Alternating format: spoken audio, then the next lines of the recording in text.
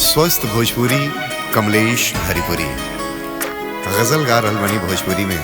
गजलकार हैं मनोज भाव जी।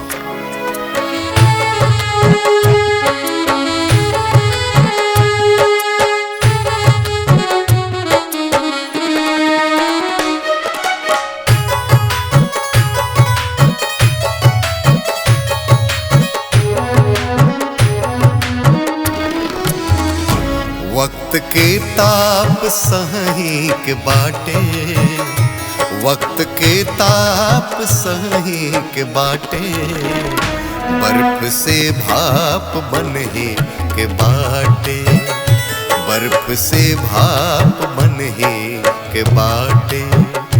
वक्त के ताप सही के बाटे, वक्त के ताप सही के बाटे, बर्फ से भाप बने के बाटे, बर्फ से भाप बने के बाटे।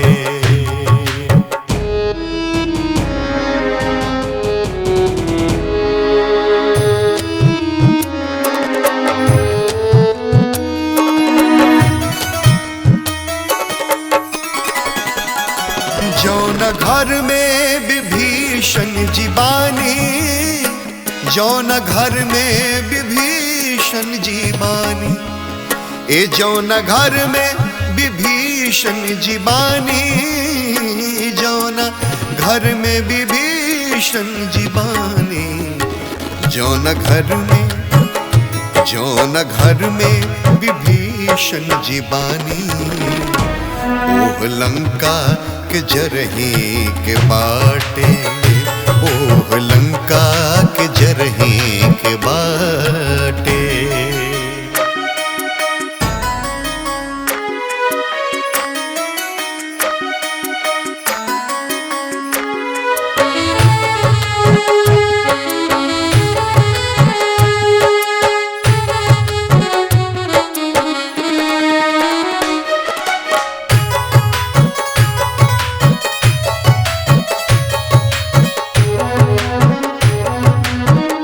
चांद सूरज बने के जो मनबा, चांद सूरज बने के जो मनबा, चांद सूरज बने के जो मनबा, चांद सूरज बने के जो मनबा, चांद सूरज, चांद सूरज बने के जो मनबा, तब त गरहन के सही के बाटे, तब त गरहन के सही के बाटे।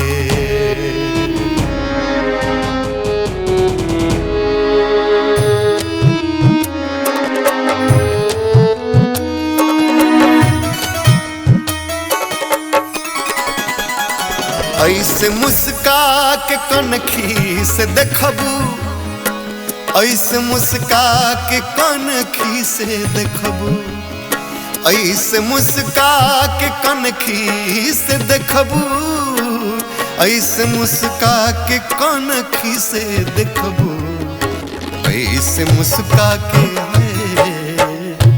ऐसे मुस्का के कनखी से देखबू, तब तो परिवार बढ़ही के बाटे, तब तो परिवार बढ़ही के बाटे। वक्त के ताप सही के बाटे, वक्त के ताप सही के बाटे, बर्फ से भाप बनही के बाटे, बर्फ से भाप बनही के बाटे, बर्फ से भाप बनही के बाटे।